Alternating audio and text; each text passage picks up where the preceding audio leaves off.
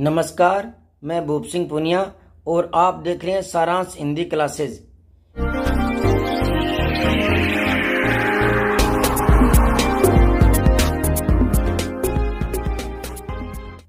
कुछ दिनों बाद वीडियो बना रहा हूं, इसके लिए खेद है। आज मैं कारक पर एक वीडियो बना रहा हूं। हालांकि मैंने कारक पर 5 वीडियो पहले बना दी हैं, बहुत सी जानकारियां दे दी गई है, लेकिन इस वीडियो में मैंने कुछ और महत्वपूर्ण बातों को जोड़ा है। एक खास बात और है कि इसमें मैंने एक अभ्यास प्रश्न पत्र भी डाला है। कुछ प्रश्न दिए हैं जिनको हल करके देखें। ये रीट के विद्यार्थियों के लिए तथा अन्य विद्यार्थियों के लिए उपयोगी रहेगा, तो आप इसे जरूर देखें और पूरा देखें।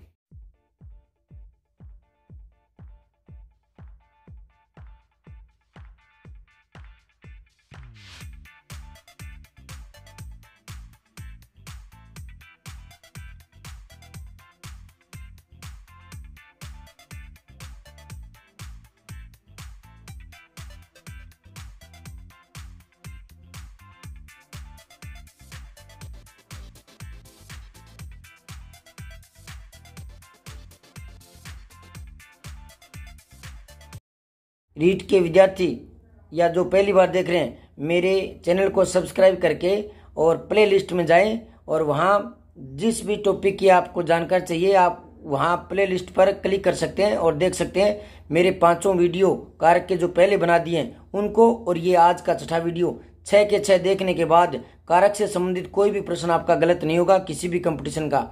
आज मेरे पास बोर्ड नहीं है तो मैं कॉपी पर समझाऊंगा और निश्चित तौर पर आपको अच्छी जानकारी दूंगा, तो पूरा देखें। धन्यवाद। ज़्यादा से ज़्यादा शेयर करें। धन्यवाद। चलिए शुरू करते हैं। पहले मैं कुछ शब्दों पर प्रकाश डालता हूँ। कारक, विभक्ति, संबंध, रूप, चिन्ह, ये 5 नाम आते हैं। देखिए एक बार परिभाषा देखते हैं। क्रिया के साथ संज्ञा, सर्वनाम या विशेषण के अन्वय मतलब संबंध, इस संबंध को ही कारक कहते हैं। संबंध जो है ना, उस संबंध को क्या कहते हैं? कारक है। किसके संबंध के? क्रिया के साथ संज्ञा या सर्वनाम या विशेषण का जो संबंध बनता है क्रिया के साथ, उस संबंध को कारक कहते हैं। उस संबंध को कारक कहते हैं। समझ में आ रही है बात है? और जिस रूप से यह संबंध सूचित होता है उसे विभक्ति कहते हैं। ठीक है।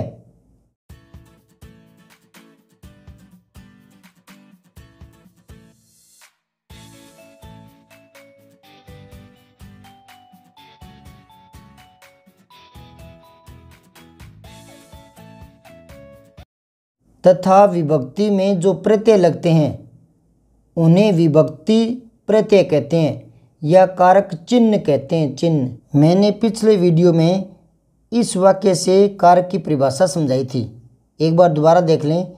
राम ने रावण को लंका में मारा। तो ये ने को में ये क्या करते हैं? इन शेष शब्दों का, राम, रावण, लंका, मारा, इनका आपस में संबंध तय करते हैं। तो मैंने कहा था वे शब्द या वे विभक्तियाँ, ये गोले वाले, वे शब्द या विभक्तियाँ जो वाक्य में आए हुए अन्य शब्दों का आपस में संबंध तय करते हैं, कारक कहलाते हैं। तो इसमें दोनों आ गए। एक तो वे भी आ गए जो सीधे क्रिया से संबद्ध है और दूसरे जो क्रिया से संबद्ध नहीं है, जैसे जल के समुद्र।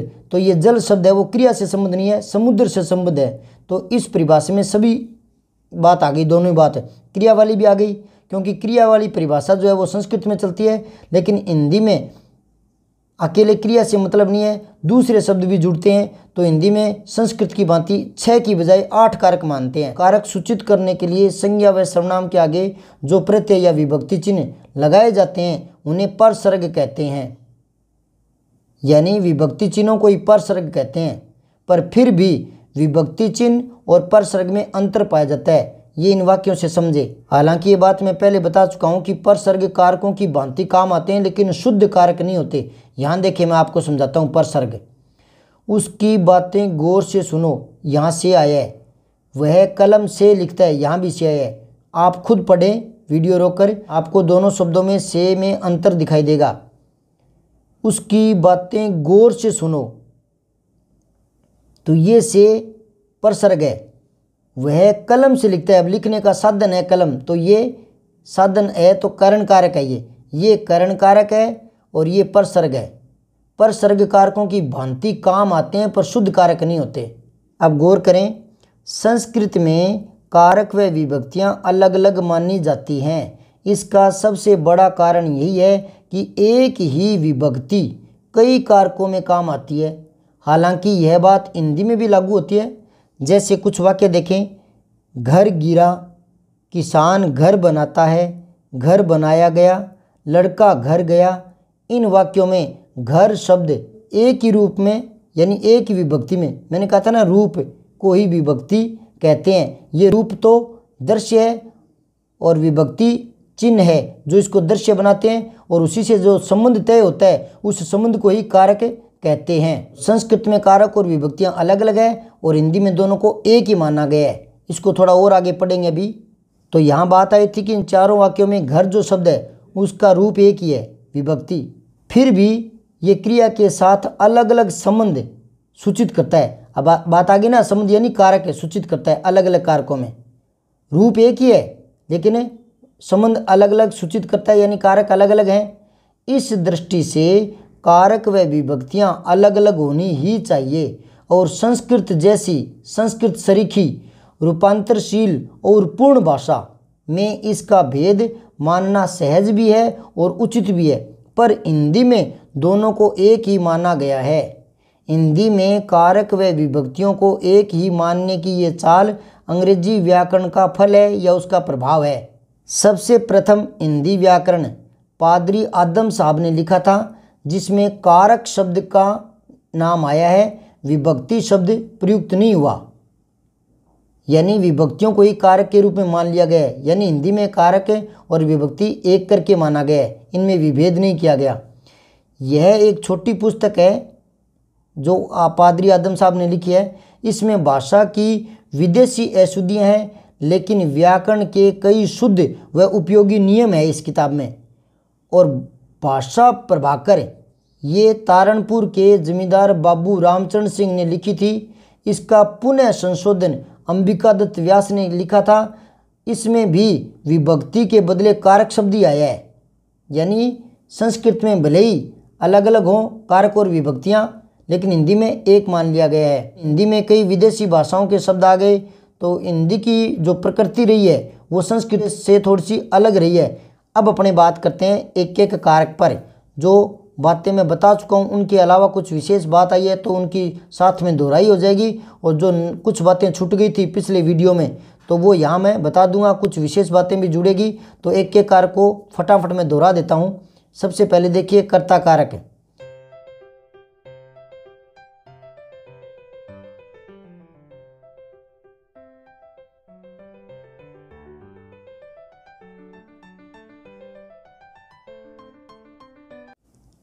क्रिया के प्रयोग द्वारा जिस वस्तु के विषय में कहा जाता है, जिस वस्तु के विषय में, उसको ही कर्ता कारक कहते हैं।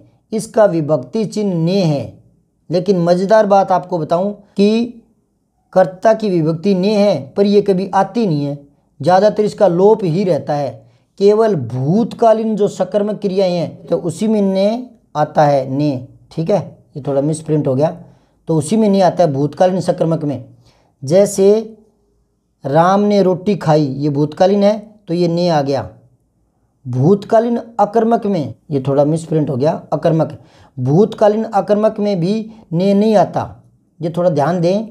भूतकालीन सकर्मक में ने आता है और भूतकालीन अकर्मक में ने नहीं आता, और ना ही भविष्य में आता है ना ही वर्तमान काल में आता है। तो कर्ता कारक की विभक्ति ने है जरूर, पर ने का ज़्यादातर लोप ही रहता है, एक ही जगह आती है भूतकालीन सकर्मक, ये याद रखें। राम सोया था तो ये अकर्मक क्रिया है इसलिए ने नहीं आया। मोहन व्यायाम करता है, ये वर्तमान है तो ने नहीं आया। मोहन व्यायाम करेगा तो ये भविष्यकाल की क्रिया है तो यह ने नहीं आया। मोहन हंसता है, ये अकर्मक है तो ने नहीं आया। कई बार कर्ता के साथ को और से या के द्वारा ये तीन और आ जाते हैं, तो यहाँ गौर करें, कभी से को करण कारक में मानकर नहीं बैठें, बहुत ही कम आता है हालांकि, लेकिन ये कर्ता कारक के साथ भी आ जाता है से, और के द्वारा भी आ जाता है। ये वाक्य देखें, हमको दिल्ली जाना चाहिए। यहाँ को विभक्ति दिखाई दे रही है हमको, लेकिन ये कर्ता कारक में है, हमको दिल्ली जाना चाहिए। मोहन से पुस्तक पढ़ी गई, ये से दिखाई दे रहा है, ठीक है, तो ये कर्ण कारक नहीं है। मोहन से पुस्तक पढ़ी गई, ये कर्ता कारक में ही है। गोपाल से दूध नहीं पिया गया, तो ये भी कर्ता कारक ही है, लेकिन से दिखाई दे रहा है। बच्चों के द्वारा कर्तव्य किए गए, ये के द्वारा भी आ गया, लेकिन फिर भी ये कर्ता कारक में है। तो वो वाक्य का रूप देखा जाता है। कुछ अकर्मक क्रियाओं में भी ने आता है, कुछ अकर्मक क्रियाओं में, पर इनको आप अपवाद ही मान सकते हैं। जैसे नहाना अकर्मक है, छींकना अकर्मक है, थूकना, हंसना, इनमें ने आ जाता है। जैसे राम ने थूका, पर बात वही आ गई ना, भूतकालीन मान लो। तो कई बार अकर्मक क्रियाओं से सकर्मक जब बनाया जाता है तब भी ने आ जाता है, अकर्मक से सकर्मक। कैसे, मैंने लड़ाई लड़ी, तो लड़ाई करना, लड़ाई लड़ी, तो यहाँ ने आ गया। उसने टेढ़ी चाल चली, तो चलना क्या है, क्रिया है, लेकिन ये कई बार सकर्मक बनाने के लिए फिर इसमें ने आ जाएगा, उसने टेढ़ी चाल चली। अब समझे कर्म कारक है, इसका विभक्ति चिन्ह को है, ठीक है, पर यह भी कम ही आता है। जैसे ने कम आता है ना, वैसे भी कर्म कारक में को कम ही आता है। कृष्ण ने अर्जुन को समझाया, यहाँ को आ गया ना, कृष्ण ने अर्जुन को समझाया। अब यहाँ नहीं है, राम पुस्तक पढ़ता है, तो यहाँ को नहीं आया, को का लोप है यहाँ, ठीक है। तो कई बार को के अलावा से भी आ जाता है इसमें, ये भी गौर करें। कर्ता में आया था ना से, कर्म में भी से आ जाता है। जैसे उसने मुझसे कहा, तो ये जो से है ये कर्म कारक में है, उसने मुझसे कहा, तो से केवल कर्ण कारक में न याद रखें। ये वाक्य दोबारा देख लें, उसने मुझसे कहा, तो ये कर्म कारक है और ये से आ गया, ठीक है, याद रखें इस बात को। अब कुछ वाक्य और देख लें। राम ने पक्षी देखा, यहाँ को नहीं आया। मोहन ने चीड़ी मारी, तो चीड़ी मारी मतलब चिड़ी को मारा, तो यहाँ को लगाती तो गलत हो जाएगा, क्योंकि को लगाती उसका मतलब हो जाएगा पिटाई करना, तो कभी चिड़ी की पिटाई नहीं होती, ठीक है ना। तो सोहन ने चिड़ी मारी, तो यहाँ को का लोप हो गया, सोहन ने चिड़ी को मारा, ये वाक्य गलत हो जाएगा और इसका अर्थ यूँ निकलेगा कि उसने पिटाई की। अब ये देखो, मोहन ने गाय मारी, अब यहाँ को नहीं आया, तो ये सचमुच गाय को मारना आ गया, इसका अर्थ हो गया मारना, मोहन ने गाय मारी। अब अगर यूँ लिखते हैं मोहन ने गाय को मारा, तो इसका मतलब डंडे से मारा यानी पिटाई की, ये को आते ही। राम ने रावण को मारा, ये को जो है वो मारने के अर्थ में ही है, क्योंकि ये कथा के अनुरूप एक रूढ़ बात बन गई, तो यहाँ मारना ही है इसका अर्थ। अगर यहाँ राम और रावण को हटा दें, यूँ लिखें कि मोहन ने सोहन को मारा, तो ये पिटाई के अर्थ में आएगा, ये थोड़ा गौर करें। दूध या ग्राहक को दूध दे रहा है, तो ये को आ गया। माँ बच्चे को खाना खिला रही थी, तो यहाँ को आ गया। यहाँ मैं एक चीज़ आपको बताना चाहता हूँ कि द्विकर्मक जो क्रियाएं होती है, द्विकर्मक, उनमें जो मुख्य कर्म होता है, मुख्य कर्म वो क्रिया के जस्ट पास में आता है और बिना विभक्ति के आता है, और जो गौण कर्म होता है, गौण, वो क्रिया से दूर आता है और विभक्ति के साथ आता है। इस बात को गौर करें। कई बार कंपटीशन में आ जाता है कि दूध या ग्राहक को दूध दे रहा है, इस वाक्य में गौण कर्म कौन सा है या मुख्य कर्म कौन सा है, ऐसे आ जाता है। तो मैंने आपको बता दिया, मुख्य कर्म जो है, द्विकर्म क्रियाओं की बात कर रहा हूँ मैं, मुख्य कर्म जो है वो क्रिया के साथ आएगा और बिना विभक्ति के आएगा, और जो गौण कर्म है, ग्राहक है, गौण कर्म है, वो क्रिया से दूर आएगा और विभक्ति के साथ आएगा। ये पढ़ लें आप, मुख्य कर्म क्रिया के पास आता है और उसके साथ विभक्ति नहीं आती, और गौण कर्म क्रिया से दूर आता है तथा उसमें विभक्ति आती है, विभक्ति सहित आता है वो। एक बात और नोट करें दिमाग में, को जो विभक्ति है वो संप्रदान कारक में भी आती है। अभी संप्रदान कारक का क्रम आएगा तब देखेंगे। करण कारक, करण का मतलब होता है साधन। एक करण ये है ऊपर है, ये तो होता है कान, ठीक है, और एक करण ये है, इसका मतलब होता है साधन। ये युग्म शब्द में काम आ जाते हैं, छोटे बच्चे ध्यान दें। करण कारक में से विभक्ति आती है, ये आपको पता ही है। इसके अलावा कभी कभी के द्वारा, के साथ के माध्यम से ये शब्द भी आ जाते हैं करण कारक में। ठीक है, जैसे हम दही के साथ रोटी खाते हैं तो ये के साथ आ गया, तो के साथ भी आ जाता है करण कारक में। मैं मोहन के द्वारा संदेश भेज दूंगा, तो मोहन के द्वारा, ये के द्वारा भी आ गया, ये भी करण कारक में आता है। यहाँ मैं थोड़ा अलग एक बात बताना चाह रहा हूँ। देखें, कई बार संबंध बोधक जो अविकारी है, अव्यय शब्द संबंध बोधक, मैंने बताया था ना 4 अविकारी होते हैं, क्रिया विशेषण, समुच्चय बोधक, संबंध बोधक और विस्मय बोधक। तो जो संबंध बोधक अविकारी होते हैं वो कारक का कार्य करते हैं। कारक का कार्य कैसे करते हैं, पहले बताओ, कारक क्या काम करते हैं? कारक वाक्य में आए हुए शब्दों का आपस में संबंध तय करते हैं। तो जो संबंध बोधक अविकारी होते हैं वो भी तो शब्दों का आपस में संबंध तय करते हैं, तो ये एक ही तरह का काम कर जाते हैं। फिर भी संबंध बोधक अविकारी को कारक नहीं मानेंगे। काम कई बार कारक का कर जाते हैं लेकिन संबंध बोधक को कारक नहीं मानेंगे। जैसे बच्चे के हाथ पुस्तक भिजवा दो, तो ये जो हाथ शब्द संज्ञा शब्द है, लेकिन इस वाक्य में ये अव्यय के रूप में आया है।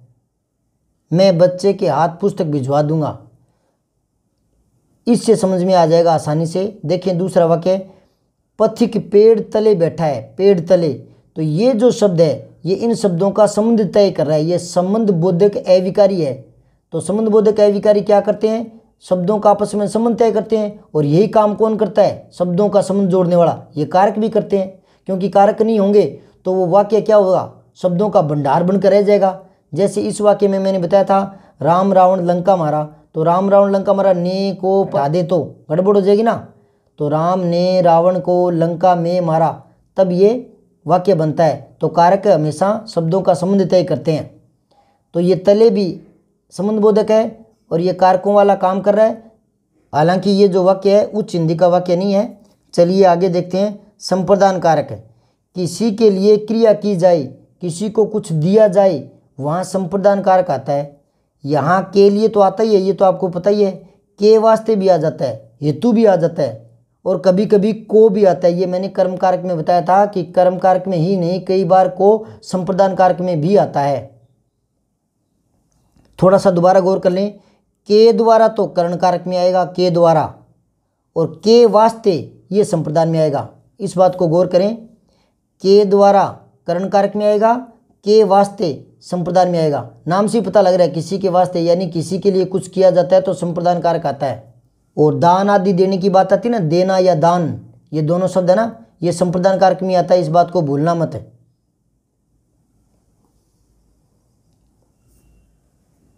मैं मोहन के द्वारा संदेश भेज दूंगा। हमारे सैनिक देश के वास्ते रात रात भर जागते हैं। पहले बताया जा चुका है कि को कर्म कारक में भी आता है और संप्रदान कारक में भी। यहाँ थोड़ी सावधानी रखनी पड़ती है। दूध या ग्राहक को दूध दे रहा है, ये तो कर्म कारक है। बाबू ने भिखारी को 10 रुपये दिए, ये जो को है वो संप्रदान कारक है। दोबारा देख लें, दूध या ग्राहक को दूध दे रहा है, तो ये को कर्म कारक है। बाबू ने भिखारी को 10 पैसे दिए, तो ये किसी के लिए कर रहा है, कुछ दान दे रहा है, तो ये को संप्रदान कारक में आ गया। माँ बच्चे को दूध पिलाती है या दूध देती है, ये कर्म कारक आ गया। और माँ बच्चे के लिए दूध पिलाती है, ये संप्रदान कारक आ गया। तो संप्रदान में के लिए तो आता ही आता है, कई बार को भी आ जाता है, जैसे दान के लिए आता है। तो इस वाक्य में रेखा ने मोहन को पुकारा, ये कर्म कारक है। मोहन ने राम को समझाया, ये को कर्म कारक है। राजेश ने राम को पुस्तक दी, ये संप्रदान है, यहाँ को आया है वो। दोबारा देख लो, मोहन ने राम को समझाया, राजेश ने राम को पुस्तक दी, तो ये देना जो है वो संप्रदान में आ गया। विकास ने मोहन को आम खिलाया, मोहन को आम खिलाया, कर्म कारक है। कर्म कारक की सीधी सी पहचान है कि क्रिया का जो फल है वो कर्म पर सीधा ही पड़ेगा, क्रिया का फल कर्म पर पड़ता है। ठीक है, और कहाँ देने की बात आती है किसी के लिए, तो वो संप्रदान बन जाता है। मोहन ने सांप को मारा, तो मारने का सीधा फल सांप पर पड़ गया ना, तो ये कर्म कारक है। मोहन ने सांप मारा, ये मैंने इसलिए लिखा है क्योंकि सांप मारा यही सही वाक्य है। मोहन ने सांप मारा, मोहन ने सांप को मारा, तो इसका मतलब मारना नहीं होगा, फिर पिटाई से हो जाएगा। तो ऐसा संभव भी हो सकता है। कैसे कि मान लो उसने लाठी मारी और वो नहीं मरा हो, भाग गया हो, तो ये को भी आ जाएगा, बिना को के आ जाएगा। लेकिन कुछ स्थिति में नहीं आ सकता, जैसे मच्छर शब्द लो, मच्छर, तो मोहन ने मच्छर को मारा, तो को गलत हो जाएगा वाक्य प्रयोग। जबकि हम क्या कहते हैं कि कर्म में को आता है ना, लेकिन कई बार को लगाते वाक्य गलत हो जाता है। मोहन ने मच्छर को मारा, तो मच्छर की पिटाई थोड़ी होगी, तो वो तो थोड़ा सा हाथ लगाते मर ही जाएगा। तो यहाँ आएगा मोहन ने मच्छर मारा, ठीक है, को नहीं आएगा, को आते ही गलत हो जाएगा। और गाय के संबंध में अगर करते हैं, जैसे मोहन ने गाय मारी, को नहीं आया तो सचमुच मारना हो गया। और मोहन ने गाय को मारा मतलब पिटाई की, तो ये थोड़ा सावधान रखने वाली बातें हैं। देखना, राजू ने रोगी को दवा दी, तो ये राजू किसी के लिए कर रहा है ना, कुछ कर रहा है, तो यहाँ को आया है, फिर भी संप्रदान कारक है। स्वास्थ्य के लिए सूर्य को नमस्कार करो, तो फिर ये संप्रदान कारक में आ गया। कर्म में क्रिया का फल सीधा कर्म पर पड़ता है, जबकि संप्रदान में किसी के लिए देना या किसी के लिए कुछ करना या दान देना, ये बातें आती है, इस ऐसे भाव आते हैं। अब यहाँ एक वाक्य और देखें, भारत ने अमेरिका को आर्थिक सहायता दी, तो भारत ने अमेरिका को सहायता दी, तो ये को भले ही दिख रहा है लेकिन ये संप्रदान कारक है।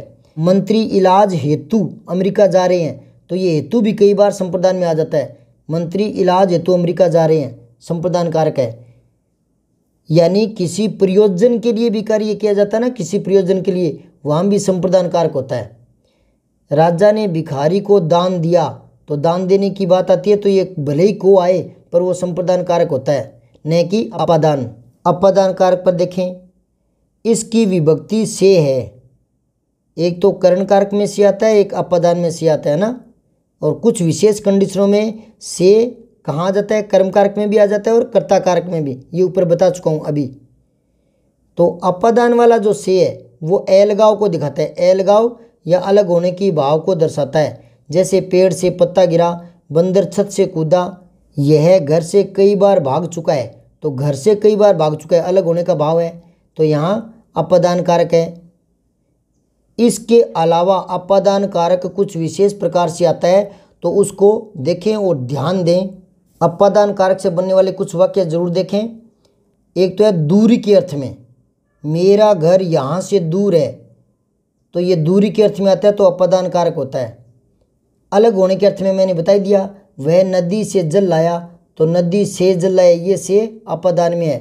तुलना के लिए भी आता है, तुलना के लिए, जैसे सीता गीता से अच्छी है, या अच्छा गाती है, या अच्छा लिखती है, तो ये तुलना होती है, तो ये जो से है वो अपादान में आता है, तुलना में। और एक गलती के लिए भी अपादान में आता है, कैसे, बालक से गलती हो गई, तो ये जो से है वो अपादान कारक में है। इसी प्रकार के विशेष वाक्य एग्जामों में आते हैं, परीक्षा में आते हैं, तो यहाँ गौर करने वाली बात है। डर, भय, इनके लिए भी अपादान कारक आता है, जैसे वह कुत्ते से डर गया, तो इसमें अपादान कारक है। थोड़ा और देखें, जहाँ से कार्य आरंभ किया जाए, कोई भी काम शुरू किया जाता है ना, तो वहाँ भी अपादान कारक माना जाता है। जैसे ये वाक्य देखें, कल से एक दिवसीय मैच शुरू होगा, तो कल से, ये जो से है वो अपादान है, कल से एक दिवसीय मैच शुरू होगा। दूसरा देखें, जिससे विद्या या ज्ञान प्राप्त किया जाए, जैसे छात्र अध्यापक से पढ़ते हैं या अध्यापक से सीखते हैं, तो ये अपादान कारक आ गया।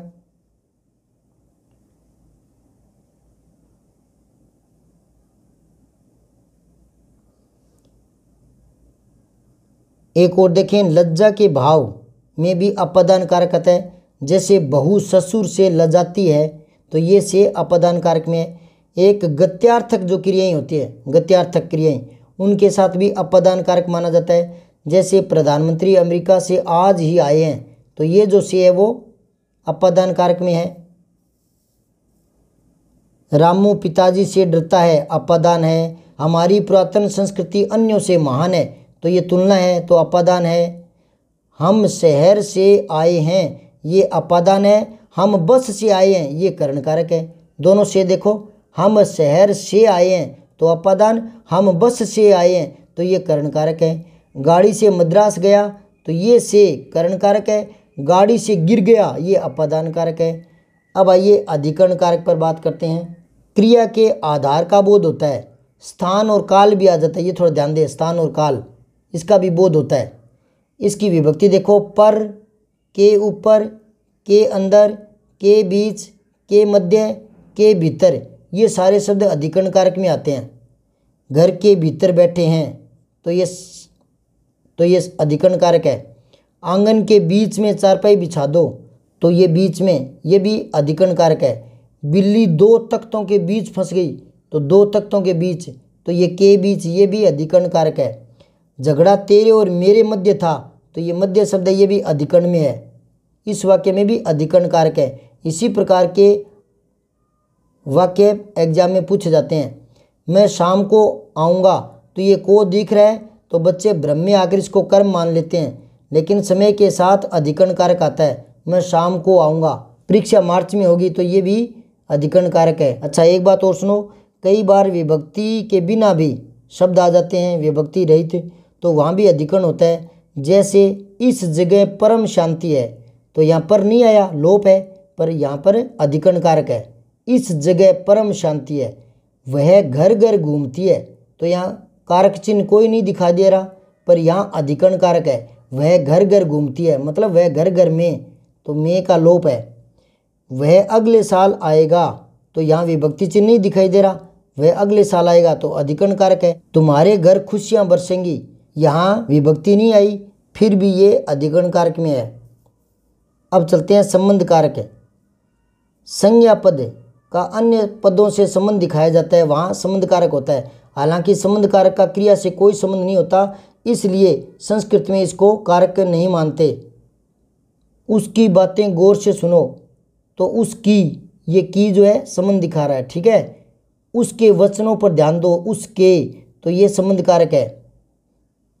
मोहन के भाई को भेज दो, तो ये संबंध कारक है, यहाँ मोहन के भाई को, ठीक है। हालांकि ये को दिख रहा है, तो कर्म कारक है, ये मैं पहले बता दूं, और बताया भी हुआ है कि एक वाक्य में कई कई कारक हो सकते हैं। हमें शब्दों में कारक ढूंढना अलग बात, ये मानना पड़ेगा, और वाक्य में कारक ढूंढना ये अलग बात होती है, ठीक है। अब इसको भी क्लियर करेंगे। मेरी चप्पलें कहाँ है, तो इस वाक्य में भी संबंध कारक है, मेरी। तुम्हारे पिताजी दिल्ली चले गए, तुम्हारे, इसमें संबंध कारक है, ठीक है। यूँ तो पिताजी में कर्ता कारक भी है, लेकिन वाक्य में देखना है, अलग शब्द में निकाल कर नहीं देखना। यूँ तो एक एक वाक्य में कई कई कारक हो सकते हैं। अगर हम चाहें तो आठों के आठों कारक एक ही वाक्य में आ सकते हैं। मैंने पीछे के वीडियो में बताया है, राम ने रावण को लंका में महल से बुलाकर, अलग हो गया ना, महल से बुलाकर मैदान में, और लक्ष्मण के साथ संबंध आ गया ना, तीर से कर्ण कारक आ गया ना, मारा, हाय राम क्या कर दिया, तो मतलब सारे कारक भी एक ही वाक्य में आ जाते हैं। तो हमें तो वाक्य का रूप देखना है, वो किस में पूछ रहा है। जैसे इधर देख लो, एक वाक्य से समझा रहा हूँ दोबारा से। माँ बच्चे के लिए दूध लाई, तो यहाँ देखो माँ लाई ना, तो माँ तो करता है, ठीक है। बच्चे के लिए, तो इसमें संप्रदान कारक है। दूध में कर्म कारक है। तो शब्दों में कारक ढूंढना अलग बात होती है, लेकिन माँ बच्चे के लिए दूध लाई, इस वाक्य में देखें तो संप्रदान कारक है, ठीक है। तो ये थोड़ा याद रखें। कई बार हम क्या है कि कोई चार वाक्य दे देता है, उसमें पूछता है कि किस में कर्म कारक है, तो कई बार वो कर्म कारक तो इसमें भी दिख जाता है, दूध, तो हम इसको चुन लेते हैं। ऐसे भ्रमित नहीं होना। शब्दों में कारक ढूंढना अलग बात होती है, वाक्य में देखना अलग बात होती है, ठीक है। तो ये एग्जाम में थोड़ा ध्यान रखें। यूँ तो कर्ता तो आएगा, अगर क्रिया है तो कर्ता तो आएगा ना, कर्ता और क्रिया के बिना तो वाक्य ही नहीं बनेगा, तो ये थोड़ा ध्यान देना है आपको। उसकी बातें गौर से सुनो, तो उसकी में संबंध आ गया, ठीक है। और ये मैंने पहले ही बता दिया था कि से जो है उपसर्ग है, ठीक है। उसने मेरे लिए कविता लिखी, तो मेरे लिए लिखी, तो ये संप्रदान कारक है।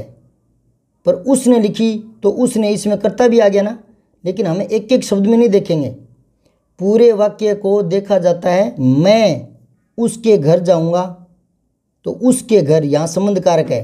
पिताजी कार से कार्यालय जाते हैं, तो यहाँ कर्ण कारक है। संबोधन कारक देखें, संबोधन, इसे स्वतंत्र कारक नहीं मानते। ये कैसे आता है, कुछ वाक्य देखें। हे भगवान, ये विस्मयबोधक चिन्ह या संबोधन चिन्ह, ठीक है। हे भगवान अनहोनी से बचाओ। अरे भाई, ये संबोधन, अरे भाई तुम अब तक कहाँ थे। अजी श्रीमान, ये संबोधन आ गया। इधर तशरीफ लाइए। भाइयों और बहनों, ये संबोधन आ गया। भाइयों और बहनों जरा ध्यान से सुनो, बच्चों खूब परिश्रम करो, तो ये बच्चों को संबोधित किया जा रहा है। हे मूर्ख, अपने ही पैरों पर कुल्हाड़ी मार रहा है, तो हे मूर्ख ये संबोधन आ गया। एक बात नोट करें, सर्वनाम शब्दों में कभी संबोधन नहीं होता, ठीक है। कई बार तो संज्ञा शब्द पर ही जोर देकर और संबोधन कर दिया जाता है, जैसे इसी संज्ञा शब्द पर जोर देकर इसमें संबोधन कर दिया गया, रामू जल्दी चलो। किसी को संबोधित करते हैं ना तो कई बार कोमा भी लगा देते हैं, अल्पविराम। और कई बार संज्ञा होती भी नहीं है, जैसे अरे इधर आओ, तो यहाँ संज्ञा नहीं है तो भी संबोधन है, अरे, तो यहाँ कोमा यानी अल्पविराम से भी काम चलाया जाता है। एक और है, शब्दों का जो रूप है वो संबोधन में ज़्यादातर बदला नहीं जाता, ठीक है। अब कुछ प्रश्न देखिए, उसकी बातें गौर से सुनो। वाक्य में कारक है, संबंध कारक है, ठीक है। सोहन के भाई को भेज दो, तो सोहन के भाई यहाँ संबंध दिखाया जा रहा है, ठीक है ना। किस वाक्य में संबोधन कारक नहीं है? बच्चों खूब परिश्रम करो, इसमें है। रामू जल्दी चलो, इसमें है। लेकिन ये अल्पविराम से आप यूँ मत सोचना कि इसमें संबोधन चिन्ह आया नहीं, कोई बात नहीं, कभी कभी संबोधन होता है लेकिन वो अल्पविराम भी आ जाता है। तो यहाँ भी संबोधन है, नहीं मुझे नहीं चलना, तो यहाँ संबोधन नहीं है, स उत्तर सही है। इसमें संबोधन नहीं है, नहीं मुझे नहीं चलना, इसमें कोई संबोधन नहीं है। अगला प्रश्न देखें, घर के भीतर बैठो, तो के भीतर किस में आता है? अधिकरण में, तो इसका सही उत्तर है। अधिकरण कारक किस में प्रयुक्त हुआ है? वाक्य देखें, बिल्ली दो तख्तों के बीच फंस गई, तो बीच ये अधिकरण कारक में आता है। परीक्षा मार्च में होगी, तो समय जो होता है वो अधिकरण में आता है। इस जगह शांति है, तो यहाँ पर गायब है, फिर भी अधिकरण है, तो सभी में अधिकरण है, ठीक है। प्रश्न 6 देखें, तुम्हारे घर खुशियाँ बरसेंगी, तो यहाँ विभक्ति का लोप है, घर में खुशियाँ बरसेगी, यहाँ लोप है विभक्ति का, तो भी यहाँ अधिकरण कारक है। एक दो वाक्य और देखें, पढ़ते समय आँखों से पानी आ गया, तो ये करण कारक न होकर के अपादान है। गोपाल से दूध नहीं पिया गया, ये से दिख रहा है लेकिन ये कर्ता कारक में है। पेट के वास्ते मनुष्य क्या नहीं करता, तो के वास्ते ये संप्रदान कारक में है। मेरे लिए इतना कष्ट मत उठाइए, तो ये भी संप्रदान कारक है। मैं आपके लिए क्या कर सकता हूँ, ये भी संप्रदान कारक है, ठीक है।